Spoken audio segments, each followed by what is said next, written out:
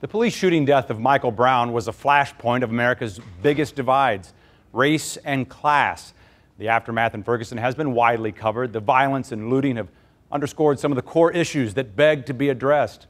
Tonight, a conversation with trusted faith and community leaders who have been and will continue to be on the ground in Ferguson and around our region. Tonight, how do we work together on solutions?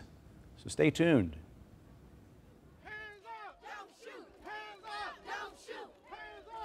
Whatever the facts about the confrontation between a white police officer and an unarmed black teenager that Saturday in Ferguson, we know how it ended. Michael Brown was dead in the street. And we know that it sparked outrage, protest, and violence and looting. But immediately, there were others calling for different ways to harness the anger and the outrage. The Monday after the shooting, the NAACP held a public meeting with National President Cornell William Brooks addressing a packed church. Why not march in broad daylight to the courthouse? So many people couldn't get in, so many people with so much to say. An impromptu rally took place outside. Still, the problem at hand was the escalating nighttime confrontations between protesters and law enforcement. And there were questions about police tactics, and not just on West Florissant. When the name of the officer, Darren Wilson, was released, police also released a video of what was said to be Michael Brown in a convenience store just before the shooting. That move stoked the fire, and every day the question has been, will the simmering unrest of the daytime boil over in the dark? And often it has. So we're making gains, and I think we're going to continue to make that. And although the violence did not spread beyond a small area, the images went to the nation and the world. Still, there have been throughout this the consistent efforts to take on, to tackle, to talk about and act on deep-seated, persistent problems of race and poverty and privilege, of police and community relations in Ferguson, in St. Louis, in America.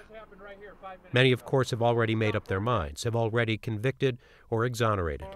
But we don't know what the justice system will decide. That story is only beginning to emerge. No justice, no peace. What we do know is that Michael Brown is dead. And we can wonder if the poet was right when he said, "No man is an island." No matter what exactly happened, are we all diminished by the loss of one life? And does Mike Brown's bell toll for all of us? If so, what now? For Stay Tuned, I'm Jim Kircher. Jim, thanks. We're starting tonight's conversation with two journalists who have been on the ground in Ferguson. Let me introduce them to you now. Bridget O'Neill with the St. Louis American and Tim Lloyd with St. Louis Public Radio. And I'd like to talk a little beyond the timeline maybe of events past and events still to come in this story, and ask you how, in your reporting, have you seen this impact the community, the region even? Go ahead. From what I'm hearing, people, it's not, I'm going to quote a Flo Valley student. Her name is Robin Locke Clark. What she said is not a black and white issue, it's a blue issue. People, from what I'm hearing, particularly African American people, are tired of being mistreated by law enforcement. And that's the general sense that I'm getting from the community. And I think that there's an effort on behalf of the Missouri State Highway Patrol Captain Ron Johnson to rebuild that trust. And I hear a lot of the same things. I mean, there's just, when you talk to people who are out either protesting or out in the community near protests, you know, many members of the African American community tell the same story over and over again. They feel that they're being targeted by police, they feel like they're being harassed by police, and they don't have a lot of trust for police. And then specifically, what have you seen change over the past almost 2 weeks?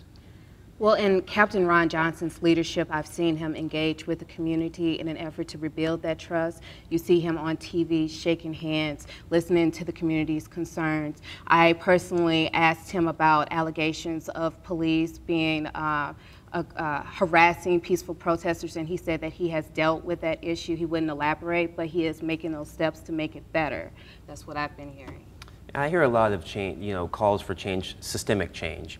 You know, when you talk to, you're going to have some faith leaders I know on the show later on, and this is what you hear, that this is time to really address some of the root causes, the root frustrations that have exploded over the last few days. Tim, you don't always take a gas mask with you to cover stories. You're normally on the education beat for St. Louis Public Radio. Are you seeing, I'll put this to both of you, are you seeing the past couple of weeks issues beyond what happened there in Ferguson? Or is this connected to other issues that you might have covered in education? Well, sure. I mean, there's frustration in general, I think, about, especially within the African American community in North St. Louis County, about feeling like they're not necessarily getting the best education, or that they're, with the school transfer issue, which you've done coverage of, had shows on, that they feel like resources are being taken out of their school systems. And I think that there's just this building frustration that there's just this huge gap, between what perhaps other people have access to. As far as issues, this is something that you see across the nation. If you look at Eric Garner and the illegal chokehold death that NYPD did, if you look at the Ezell Ford, who was shot and killed by police 2 days after Michael Brown, this is a pattern that you're seeing across the country. And to quote the Reverend Al Sharpton, when he was here on Sunday, he said, "The people are tired and enough." So why is this taken off like it has, not just here, but across the country? We've seen Times Square shut down in solidarity with what's going on in Ferguson. People are just tired of injustice. Injustice not just for African Americans, but injustice for people everywhere in terms of police brutality. And people are tired and people are taking a stand. That's what I'm hearing in the community when I'm reporting. Yeah, and Brigitte, I would just echo that sentiment. As I hear from a lot of people that this is not necessarily a race issue. This is a human rights issue, that this is something that transcends race. Is it, from your reporting, from the people you've talked to, does it cross class lines? If it is, this is clearly a race issue too, but does it cross class lines within the African American community? I believe so, because it's an issue that affects all people, regardless of what your socioeconomic status is. Would you agree or disagree? I think that it depends on who you're talking to. I mean, I think that that's really what it boils down to. It's felt differently by different people, and even within the same socioeconomic group, But certainly, I think in my reporting, when I talk to people who have higher levels of income, they tend to feel like they have better interactions with law enforcement, but that's not always the case. And it's a very complicated issue, especially when race gets involved. Thank you both for what you're doing out there on the street and with your publications. We appreciate you being here tonight as well. This is a topic a couple of weeks almost now that is really taken hold on social media, and we want to do the same tonight with hashtag StayTunedSTL now, or excuse me, hashtag StayTunedSTL, forgive me. Let's hear what you have to say.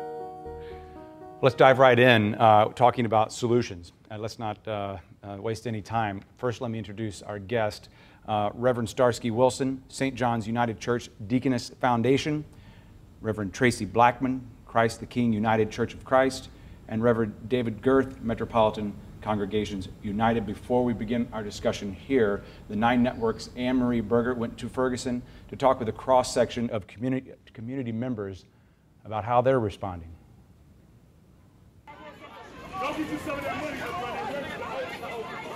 Just hours after this played out in Ferguson, this weekly event took place. Thanks so much, everybody, for being here on this wet Saturday morning. Despite the rain and the previous night's riots, the Ferguson Farmers Market was up and running. They're green zebra tomatoes. They're organic heirloom tomatoes. They're low in acid. We grow them at Earth Dance Farms. It appeared to be business as usual, but for most, coming here meant more than fresh produce. It was comfort and a touch of normalcy. This farmer's market is my destination every week. My husband knows. And that's the way I felt this morning. No, I'm going. I started a Facebook group called Parents for Peace. Melissa Fitzgerald spoke enthusiastically about the community coming together to welcome kids in the Ferguson-Florissant School District back to school the following Monday. First day of school should be fun, should be exciting, should be happy for every kid. And so we're hoping to just line the streets with families and parents and community members from beyond our community that are willing to hold up signs and balloons and of words of encouragement. And in this community, encouragement is needed. Ferguson, I grew up in Ferguson since my entire life for about 18 years. We hardly have any break-ins, you know. You want that back? Yeah, desperately. Ferguson is about 12 miles northwest of downtown St. Louis. It spans just over 6 square miles, and more than 21,000 people, 2/3 African American, call it home. The daily protest and unrest since the police shooting death of Michael Brown at the Canfield Apartments has been limited to just a few blocks, but its impact can be felt well beyond the lines of law enforcement and protesters. A week after school was supposed to start, students and teachers from Ferguson-Florissant have yet to see those signs and hear those cheers welcoming them back to school. It was a very big disappointment because everybody wants to go to school, show off their new clothes, you know, see their friends, and it was a big disappointment. And my daughter was crying because she wanted to go to school. Do you want to go back to school? Yes! Everybody wants that. I'm not an attorney yet, but I do have to tell you. The media is here. The world is watching. And while this community activity is getting most of the attention, there is an equally strong effort taking place to guide and protect the young people affected by this conflict. I was actually coming up to find my way to Canfield Gardens to work with kids, you know, and I had crayons in my car, and I was coming up looking to work with kids, you know, and divine providence led me here. At the Ferguson Library, parents, teachers, and volunteers from across the region are providing a safe place for those kids who can't go to school. They provide academics in the morning, activities in the afternoon. It does look like a clock, doesn't it? It just doesn't have what's missing if it were a clock. Good numbers. You guys are so smart. This is traumatic. This is traumatic for little kids. They're not understanding what's going on. So this is a safe space. And we don't talk about what's going on out there. In here, they're in class. And I've had children that are Caucasian, I've had children that are Latino, and I've had children that are African American that have been here, and parents seeking the same thing for their kids. Today was a good day. Yes, a very good day. And I thank God for that. For Stay Tuned, I'm Anne Marie Berger. Thanks, Anne Marie. Racism, injustice, inequality, are there real solutions? These are some seemingly overwhelming issues that we're talking about. I think the last piece actually gives us a clue on this. When we get to these intractable issues, these wicked problems, it's time to go back to school. That you really can address these things that are so complex, that are so complicated, that have so many people layers without committing to doing some learning. And so in as much as it means normalcy for the kids from Ferguson-Florissant, Riverview Garden School District, Jennings, that we really want to get them back into school, what this tells us as a community is we've got a lot to learn.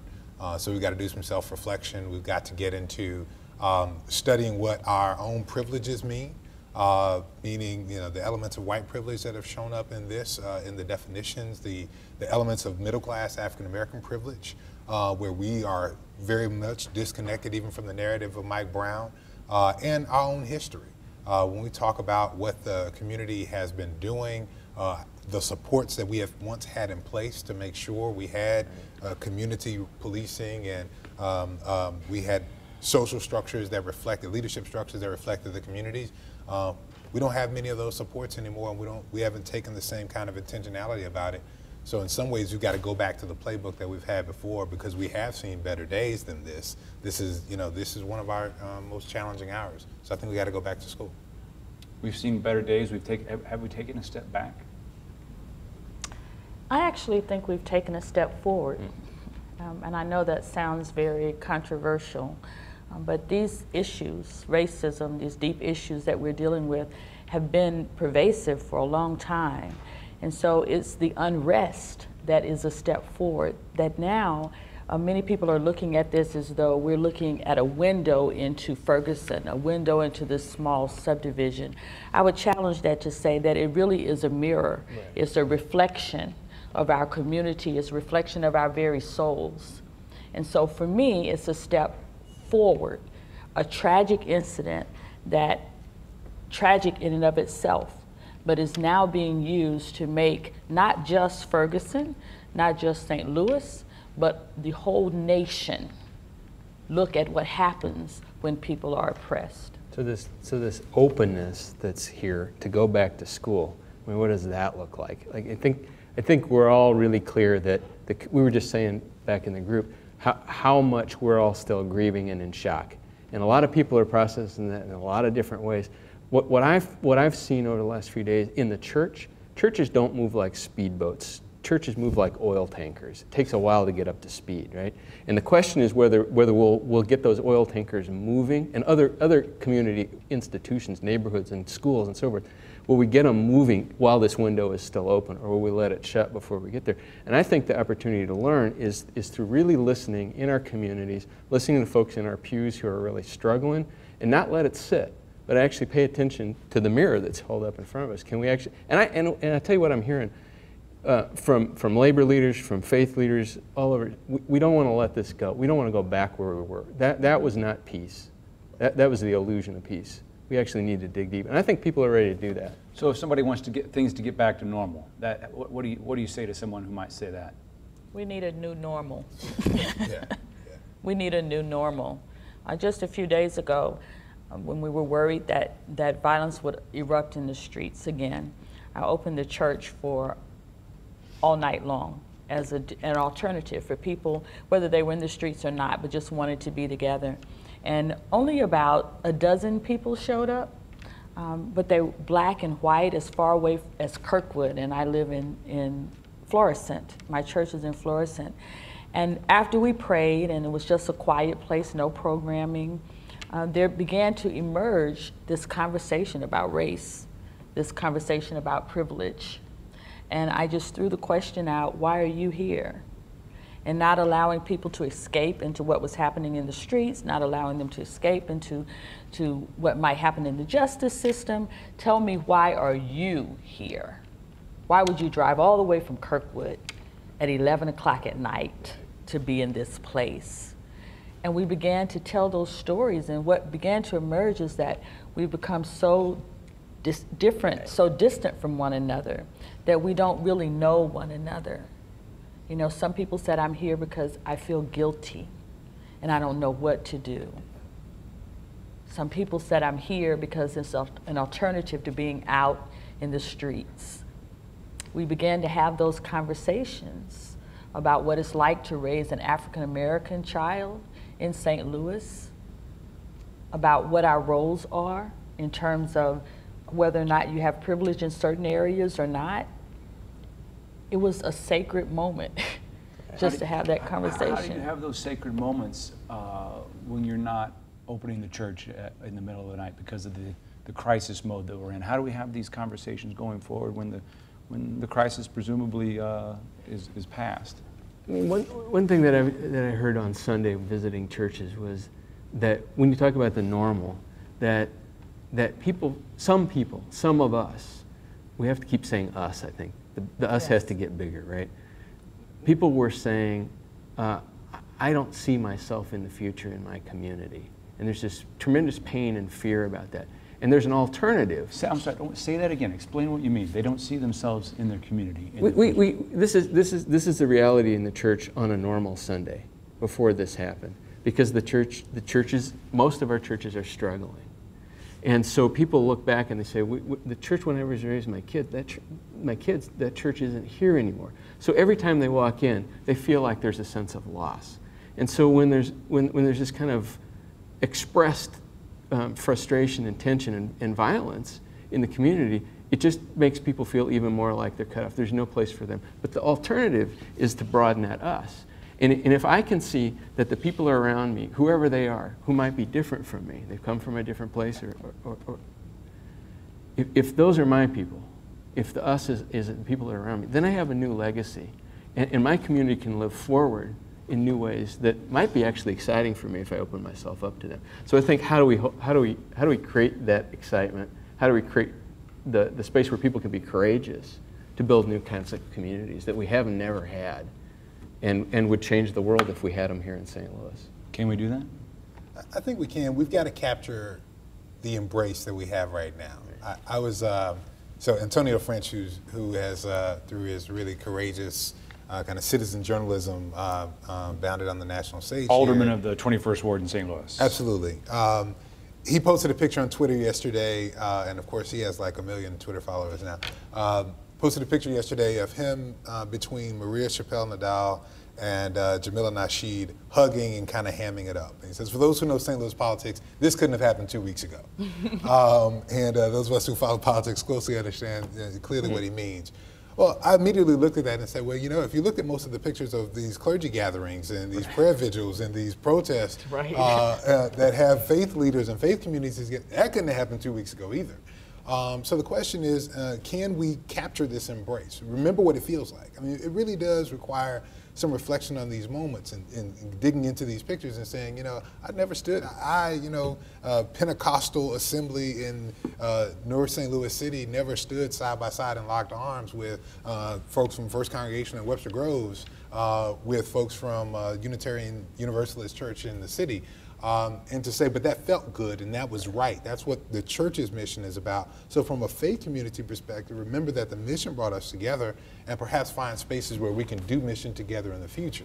Remember those times in this community when leaders like Rabbi Shook and Reverend Nance came together to create Faith Beyond Walls, and got faith communities out there doing stuff together, and then taking time to reflect on it. I mean, those moments are the ones that I think will help us. I'm less about conversation. Let's do some stuff together. Right. It was a crisis that called us to do and to act that brought us together. So I think these spaces are spaces where we do together. So let's be really clear. I think all three of us are really clear that we're not talking about just getting along. We're not talking about a relationship that's easy. We're talking about a relationship that acknowledges that a young African-American man was killed unarmed by a white police officer. We have to deal with that reality. If we're not dealing with that reality, then we're playing games, and I think we've done that enough. Yeah. We'll leave it there for now. Thank you all. I appreciate it. Let's go back out to Ferguson for some voices you might not have heard so far over the past few days. George Page has lived in Ferguson for decades. I'm almost 50 years old, so I've been in the shoes of these young people. I have cops put guns to my head in the middle of the street. So I understand, you know, the protests and the anger. My nerves are real bad about just the whole situation, because some days I want to be mad, some days I can't be mad, because somebody got to have structure for those young people. We got to have a level head for them young people. I can see their grief. I lived it, so I know how they feeling. Cheryl Frager grew up in Ferguson and has seen the community transformed in recent days. The police in our district are being portrayed as the bad guys right now, and that needs to stop. I support the police, I support our community, and I support justice. Rioting and justice cannot go hand in hand. We have to have peace, and police have to go home to their families and be able to protect and serve everybody, not just one race. We're all humans. We all bleed red. 18-year-old Yale Harris went to school with Michael Brown. My purpose is being there. I'm supporting. I'm trying to get justice for what happened to Mike Brown, because I actually went to school with him. I just know he was a cool person to be around. He was very calm. 23-year-old Ferguson resident Aria Butler says the episode has raised questions about the actions of law enforcement. It bothers me, you know, since the police feel like they can do whatever they want, because that's not true. You're here to protect us, not kill us, not harm us. If you're gonna, you know, wear that badge pridefully. Don't wear it like it's the I can do what I want and get away with it badge. That's not it. Texas native Angelique Kidd has lived in Ferguson now for 11 years. We've been, for the most part, pretty much heartbroken, angry sometimes. There's a big divide. A lot of Ferguson wishes that pretty much it would just all go away. I mean, I'm not sure. It's been long. Yesterday, we actually took a break yesterday and didn't protest. We've been protesting in the street since last Thursday, and with signs in our yard since last Tuesday. So we're exhausted. DeVario McDonald traveled to Ferguson from Milwaukee to make his voice heard. I want them to kind of make a change with the police system. I mean, any incident involving like a shooting, especially without no weapon, no firearm, I think that it should be that the officer should get in trouble because you didn't shot this person down. This person wasn't a threat. This person hasn't had no weapon on them. Not that this person didn't try to fight you. You just shot this person down like an animal. Ann Brown has lived in Ferguson for 3 decades. I hope Michael's family continues to heal, and I also feel really sad for the police officer's family. Everybody's affected. Their lives have been threatened. Even the mayor's life has been threatened from people from out of town on Twitter. How sad is that? Our thanks to our colleagues at the PBS NewsHour for that report. Let's talk about the realities of color in our country. Still at the table with us, Starsky Wilson. Also with us, Thomas Harvey, Arch City Defenders, the Reverend Earl Nance Jr., Greater Mount Carmel Baptist Church, and from the University of Missouri St. Louis Criminology Department, Dan Isom, the former police chief of the St. Louis Metropolitan Police Department. Chief, I'll just start with you. You know, does your reaction when you hear people say the things they've said even tonight on this show and that we've heard throughout the last couple of weeks about the trust or lack thereof between the African American community and the police? Well, in my career, I've heard the frustration of people in the community, particularly in the African American community, about their relationship with the police. I think over the last sort of 15 to 20 years, the police have kind of shifted from the community policing model to more of a model of how do we control these antisocial behaviors that are going on in many communities. And a lot of it has been about stop and frisk, zero tolerance policing, hotspot policing. And it served to build frustration between the police and the community. It's had the effect of maybe lowering crime at the expense of the relationships with the police department. In addition to that, I think there is a gap in police department's understanding of people in those communities. We haven't done a good job in training our officers to empathize and understand the frustrations that people in impoverished neighborhoods go through. We're all, are we separating ourselves and getting in smaller and smaller circles, and our circles are overlapping less? I think one of the issues that's been brought up is that so many of our people are isolated. They don't have the resources that they need. I had a reporter from Helsinki, Finland, all the way in here from Helsinki to cover this story and asked me why the disconnect between blacks and whites. And I said it may be, one reason is because the majority of whites hasn't gone through what the black community has gone through. And until they go through some of the same things, a few have, there have been some white people that have complained about police brutality. But until they go through it to the extent of which the black community has gone, coming off Trayvon Martin, coming off other similar drama the police and the shooting of young black men, they won't understand why we're upset. I know I'm upset. I understand everybody's upset. They have a right to be upset. But I'm going to tell you something. I hope that this incident will help us also point to the fact that we have too much black on black crime, and too many of our young men shooting each other in the street, and innocent bystanders being killed in the process. I understand how upset we are with this issue, but I'd like to see us get this upset when it happens one-on-one with us. Are there, or what are, the kind of the tangible statistical differences for a person of color in our community?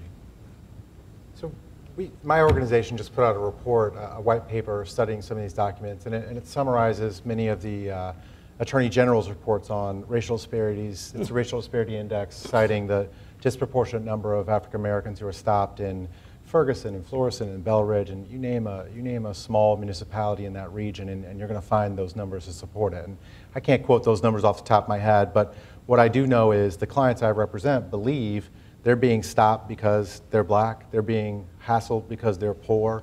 They believe that when they go to court on something as minor as a traffic violation, a driving, the big three poverty crimes, all our clients are indigent, and they are charged with driving while suspended, no proof of insurance, and failure to register their vehicle. All of those things stem from typically a lack of money, a lack of resources. There are very few people who just decide one day I'm going to drive while my license is suspended.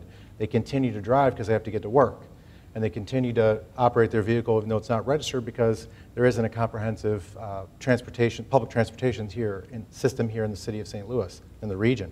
So when they get stopped and they get, from their point of view, harassed, and then they go to court and they tell the judge and the prosecutor, I don't have the money to pay these fines, and then they tell why. They tell what their situation is, and that's met with sometimes, not every municipality, but sometimes they help them out, sometimes they don't. But the impression is they don't care about me, they're targeting me because I'm black, and they're making money off me. It's a profit center for the municipality, and that's palpable. That's not something that's below the surface.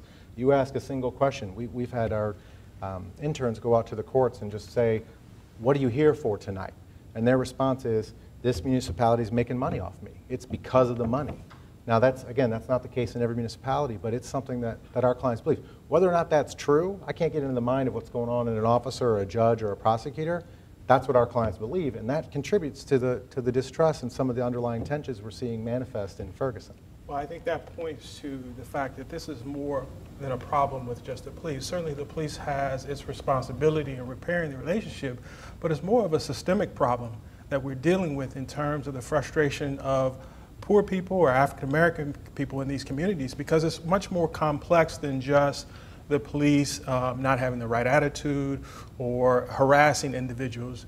In many of these neighborhoods, community members are frustrated by crime and disorder, and they want the police to be more aggressive. They want to stop more people and control the crime. And so oftentimes the police response is in direct response to what the community wants, at least a part of the community. Now, you could argue that maybe the response is not as effective or not exactly what they want, but many communities want the police to be more aggressive in their approach, and that approach has consequences for the community. We got to think about the desperation, right? What ecosystems create the kind of desperation that invite you to say, please come, police my neighborhood in a way that, that makes my green space not a park that my kids feel comfortable in, and that gets back to these matters of disparate economic circumstances. So while we don't have all the numbers on this, in 2013, the National Urban League's Equality Index tells us that there is a 30% home ownership gap between African Americans, whites, in the United States of America, that the average household income in the African American community is 2/3 less than the average white household. And so you get to live, you disproportionately have people who live in a Canfield Green apartments. living on top of one another in a smaller space rather than just on the other side of Ferguson where you live in a single family home. And you see different kinds of policing based upon those circumstances and just that separation, right? Where I live, the environment in which I live, the disproportionate kind of cluster of poor people calls me to desire perhaps more police presence. And when I get it, it doesn't come in a way that I can hold it accountable.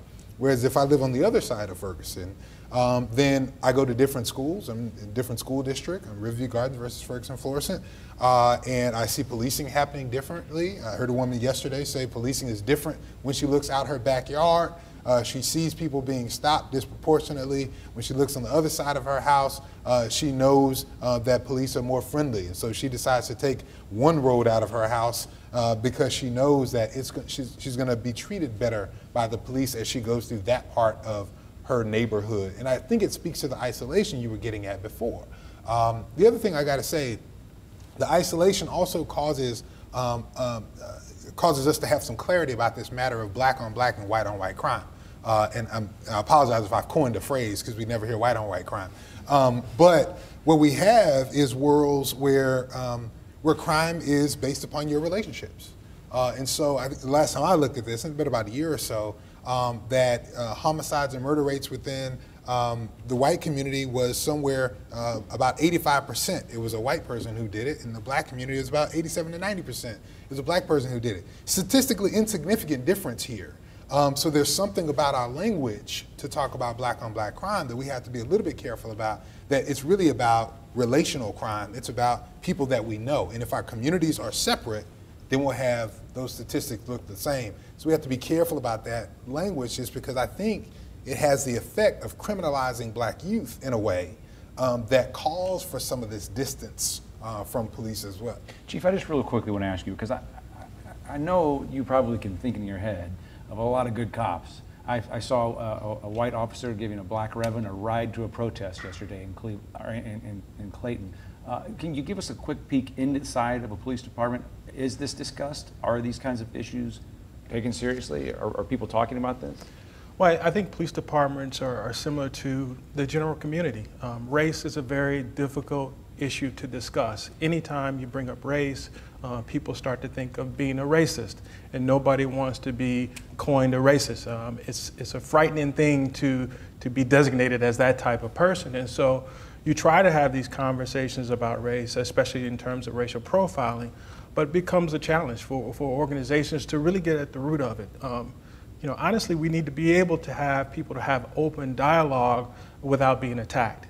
I need to be able to give my true feeling and opinion, and that's really the only way we can move forward in this dialogue about race and move forward in our communities. Go ahead, Thomas. I'm just going to interject one thing about communities asking for increased police presence. I don't ever hear from any communities, I'm looking for more stops on the road for driving while suspended and no proof of insurance. People want police in their neighborhoods to help them protect against violent crimes and the real perpetrators in their communities, not to be harassed for low-level traffic ordinance violations, essentially. Let's leave it there for now. If you could all stick around for 1 minute, we'll have you back at the end of the show, but let's get back to hashtag Stay Tuned STL for what you're saying.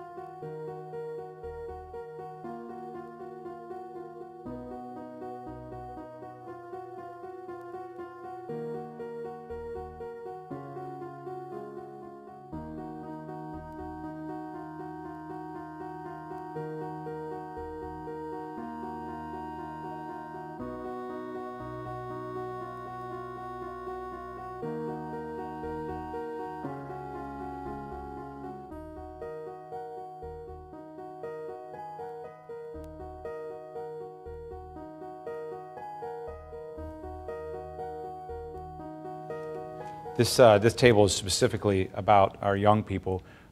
Before I do introductions, Starsky, you mentioned at the last table something along the lines of hopelessness, and we have a tweet that I think we can show full screen that we've had come in on hashtag #StayTunedSTL. So at chill season, tell me what emotions ran through you last time you felt hopeless, the last time you felt there was no solution. We have back at the table with Starsky, Reverend Tracy Blackman, and Faith Sandler, the Scholarship Foundation. Your reaction to that sentiment there? Last time you thought there was no solution. Do you hear that from people? Well, we've heard from our students, from some of the young people who are out there at night on the street, is not no solution, but disillusionment with the solution of the adults in their lives and with the systems that they've tried to navigate through. Like, you told us if we went to school, you told us if we participated, you told us there'd be a place, and there's not a place, and our voice is not being heard. So I think that one of the most important lessons that I've heard in this whole thing is to stop and listen to the generation that's going to come along behind us. They've made it clear they've had enough. I almost answered that I haven't felt hopeless.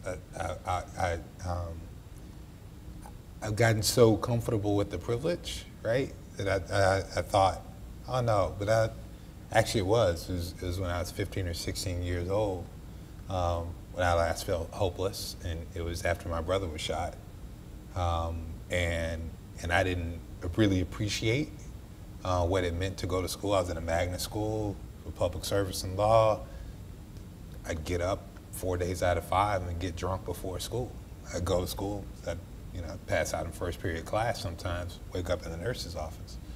That was the last time I felt that. And so I say that to say, it's a powerful question. I appreciate it because there are teenagers out there who will go back to school next week, or those who went back to school on Monday, and Tracy was cheering them on when they came back to Normandy, to Mike Brown School, and they're going to be dealing with this reality, and they'll deal with it in different kinds of ways. And I dealt with it by drinking, and in doing so, when I shouldn't have even had access, and because I thought, what's the point?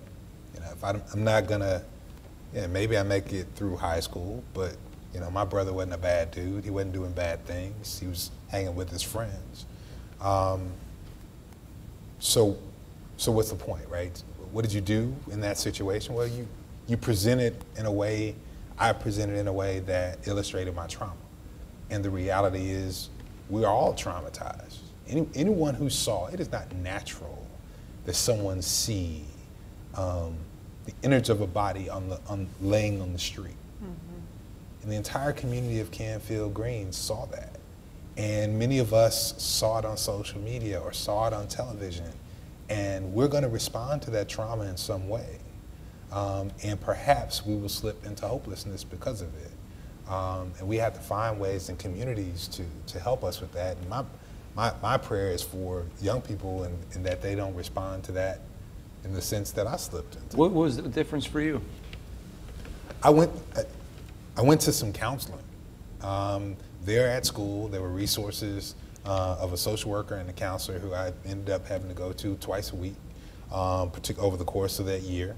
And community. I had a small group of young men that spent time with me. We were in a little community service fraternity and leadership development group.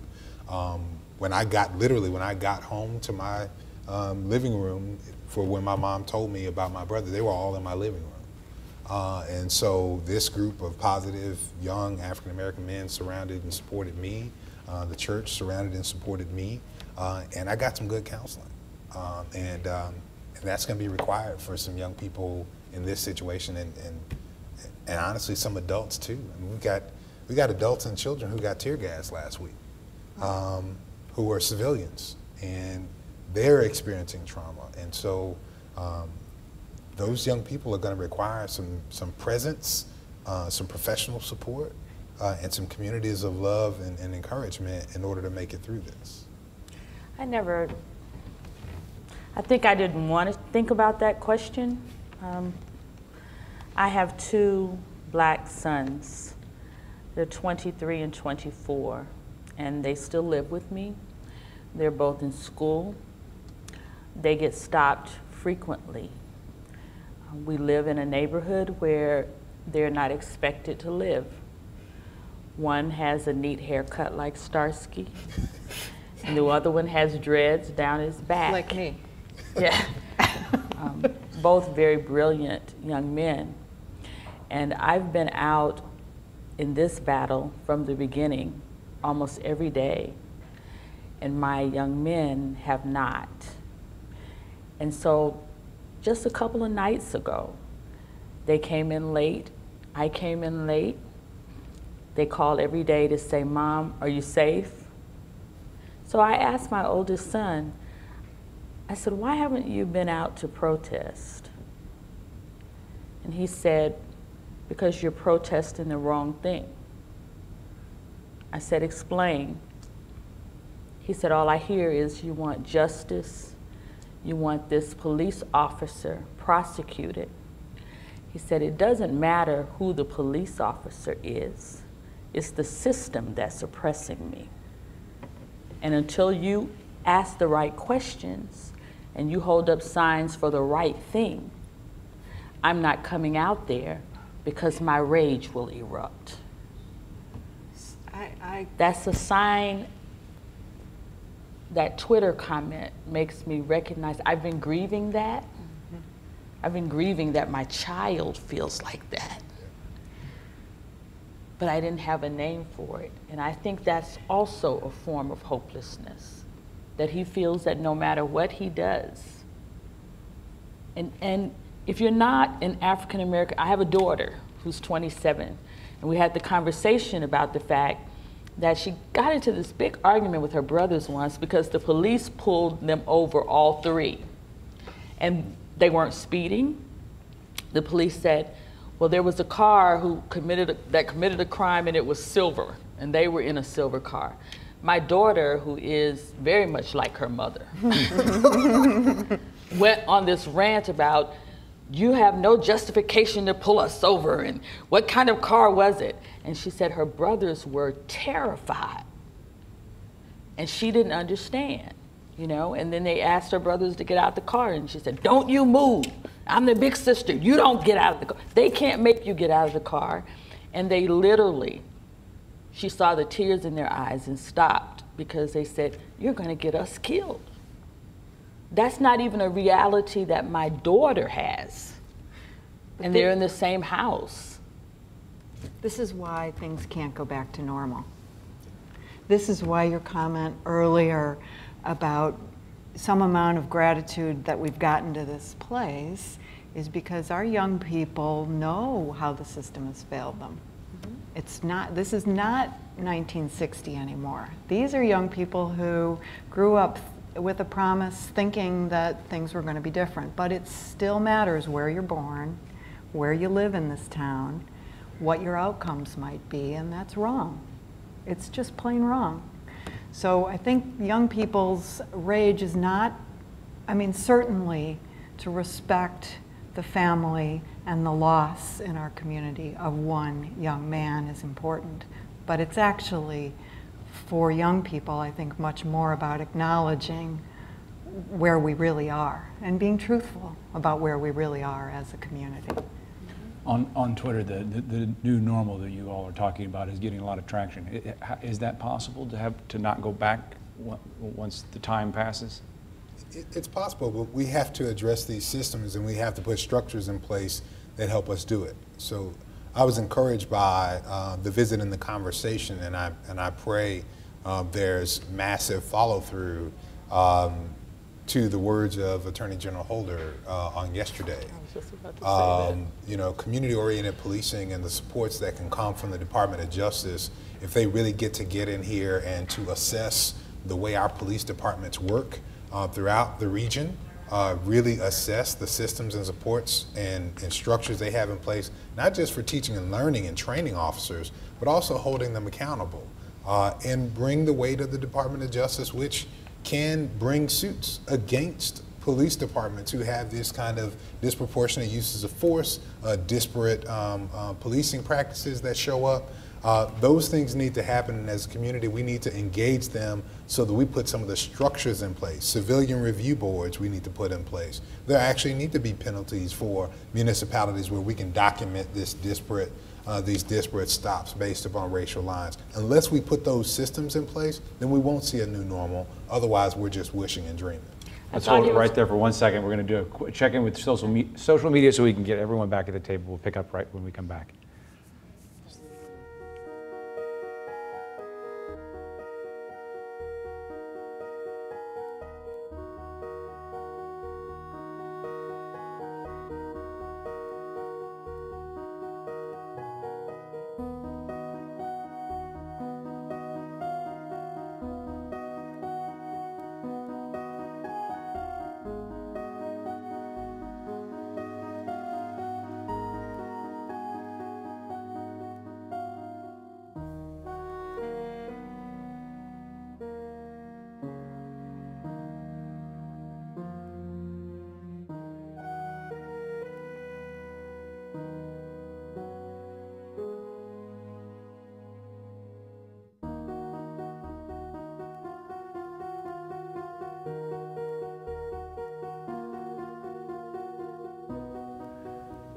Something we're hearing on Twitter.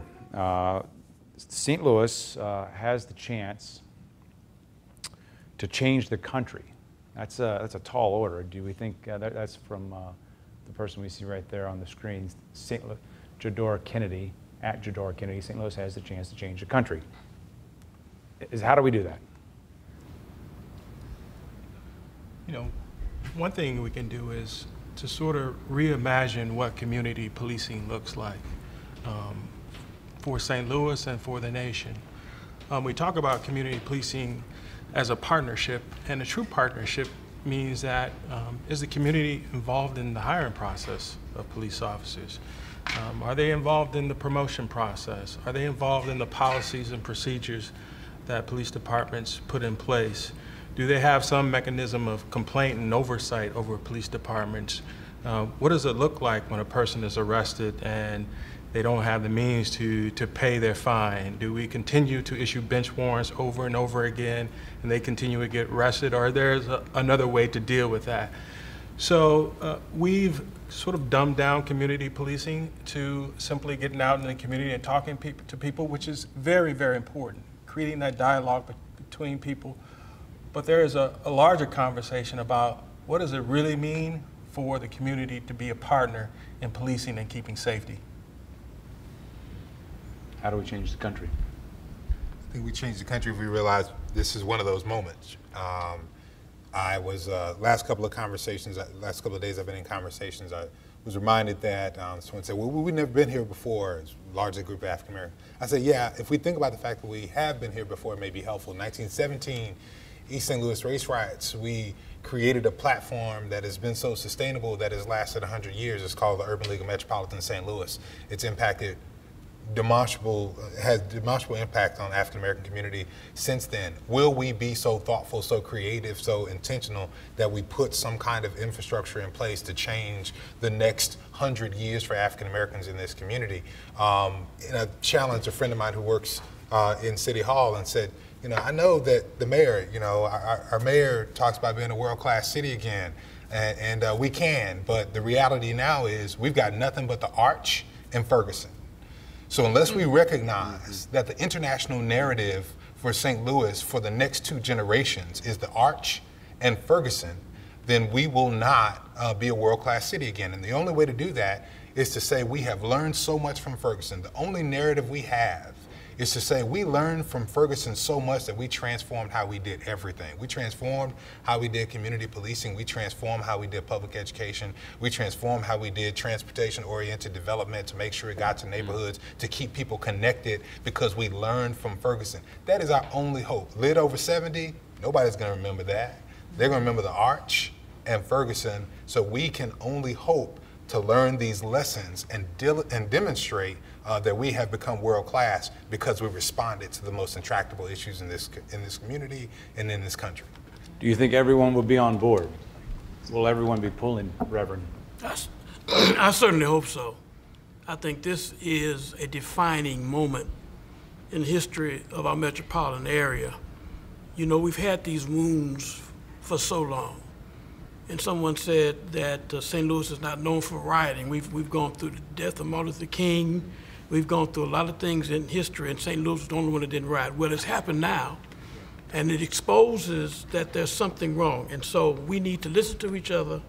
We need to appreciate each other and understand the pains and the issues that we go through, the differences that we have, the similarities that we have that can bring us together, and not gloss over the things that pull us apart.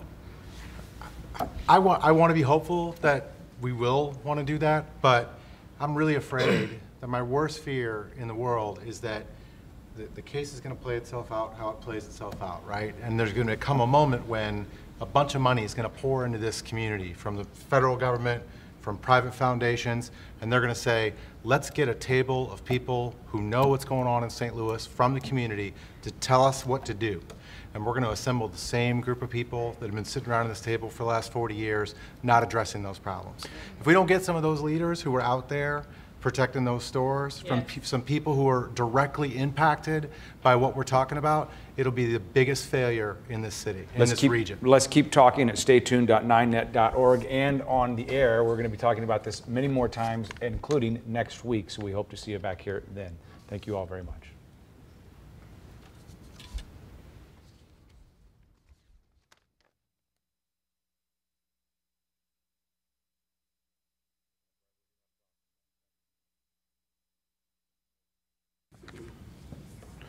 Reverend Blackman, I cut you off at the beginning or the end of the previous segment. You started to jump off of what Starsky was saying there. If it doesn't come to the top of mind, I will pick it up. But I just want to make sure I didn't leave you hanging there. You asked the question: was it possible to have a new normal? And I thought that Reverend Starsky was going to quote Attorney General Eric Holder in his conversation with us. He said, "It is absolutely possible, but it is not," now I forgot the word. Inevitable. Yeah, thank you. It is not inevitable. So we can do it, but it's not going to just happen by itself. We have to do it. We have to work. One of the things that really surprised me in working in Canfield, helping in whatever way I can, is that Canfield is a mixed residence. So there are white residents in Canfield and there are black residents in Canfield. You can't tell that from watching the news, but there are white and black residents. And you know what? They like each other. They're working together. They're both grieving. They're both angry. They're watching out for one another. But even in coming into the residence with the barricades and the protection, they're complaining because white residents who go to work come straight through the front. Black residents who go to work have created a little pass that they can get around the barricade the back way because they have to show their ID 2 or 3 times. And then they come and live next door to one another in their apartments. That's the reality. So it is systems, possible, right? Yeah, it's systems. It's possible, but it's not inevitable. Speaking of systems, you know, how many of our young people have the resources that you had afforded to you there when you were talking about what made the difference in your life? Counseling 2 times a week, and perhaps even more importantly, or just as importantly, the support group of positive influences on you. Is that widespread? Is that something that we can actually do as a community to make that available to more people? Yeah, I'll stop talking, but I'll say to that specific point, I got that in school. I got that counseling at school.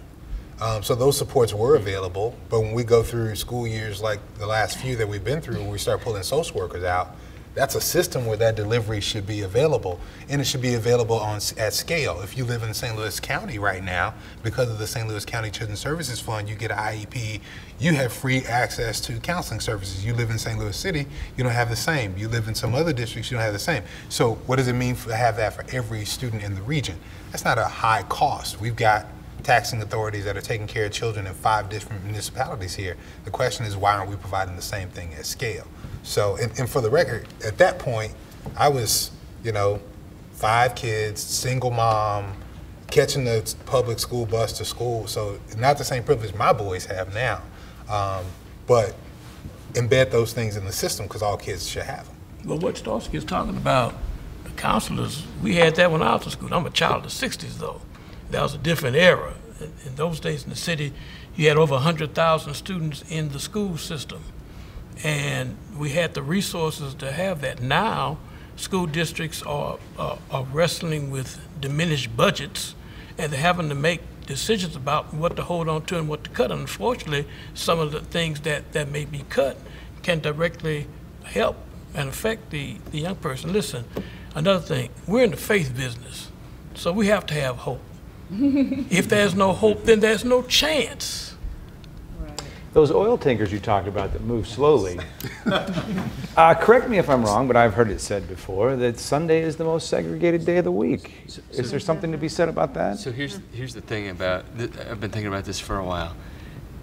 The only way we get through this is if the Holy Spirit blesses us. That's how I feel about it, right? But the Holy Spirit can't get anything done if the tanker's not moving. You gotta put some things in motion. And there's a whole bunch of stuff we can put in motion in terms of not just showing up together, but we gotta show up together. That's a piece of the reflection that we were talking about, or at least we gotta put things in motion. And then we can, it's a lot easier to shift where we're headed down the pike if we're moving in just those sorts of ways. So we're talking about that oil tanker, and it reminded me of a call that we received this week when we had lots of people go out to welcome students back to Normandy.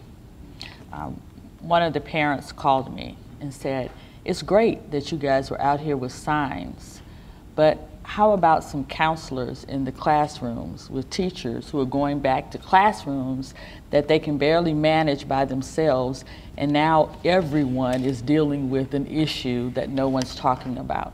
Has anyone thought about having even teachers' aides or assistants on all the different levels because of the trauma that these children are living outside of school?"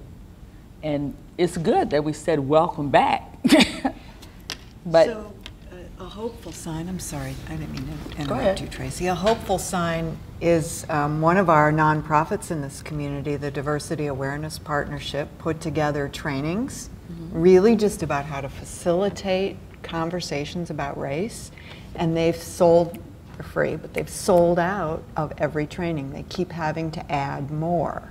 So at the very least, we have people in our schools, in our nonprofit agencies, in our churches, in our neighborhoods saying, I don't know how to do it. I don't know how to even talk about this, let alone make it safe for other people to talk about this. I think that's positive. Just a little bit.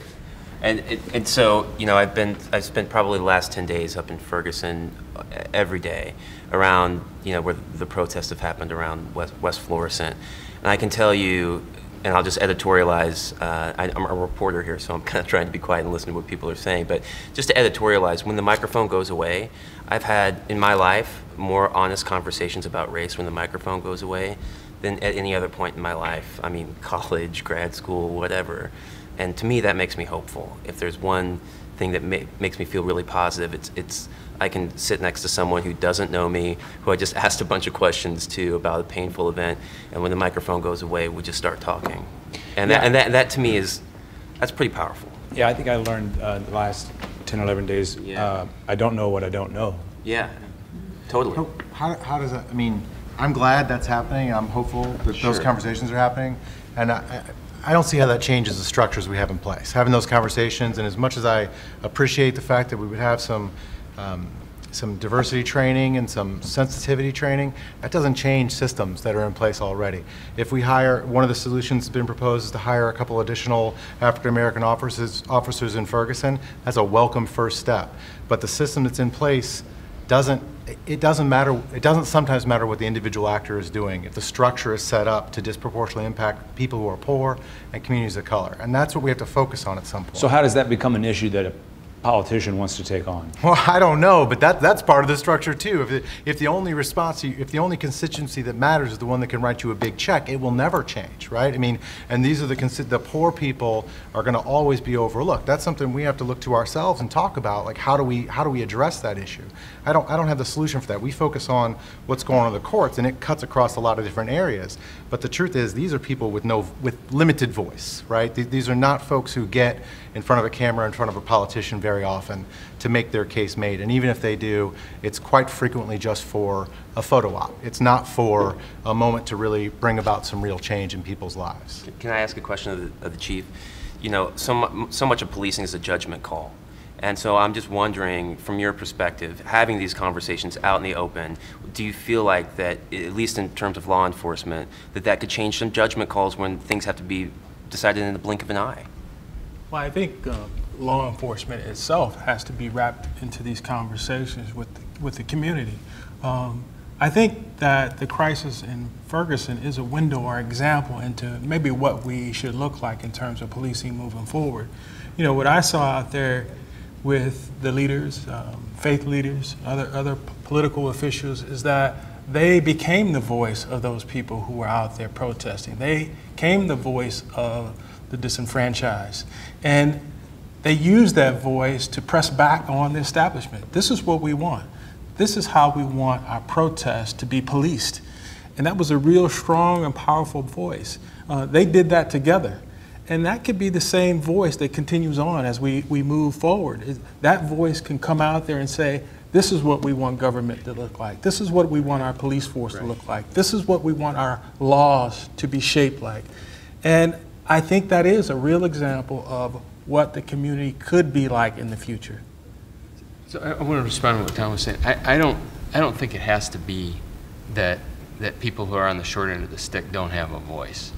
I think the real key is what's leadership going to look like, and leaders have to say not back off. They have to push through when it starts to feel a little tough. They have to stand tough. So we're laying out this public meeting that we had on the calendar for months, a week from tonight. And I don't know why people from Canfield can't be there to face down the candidates for the county council, the county executive office, and say what we need. I think that can happen. It can happen next Thursday night. We're almost at Reverend Blackman. I'll give you the last word. If you got anything that you're percolating there. I think that there is hope. We are people of faith.